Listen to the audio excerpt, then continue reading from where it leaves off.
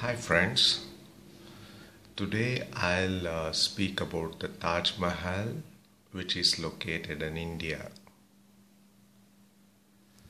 Now, do you know how long it took to build Taj Mahal? It took 22 years to build Taj Mahal.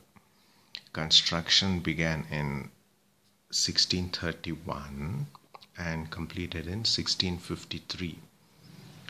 And the cost of construction was 32 crore rupees.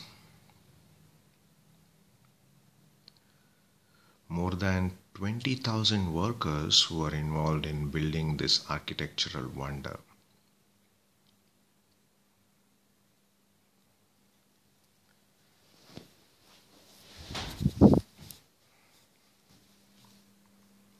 Okay, that's all for today. Take good care of yourself and people around you. Bye bye.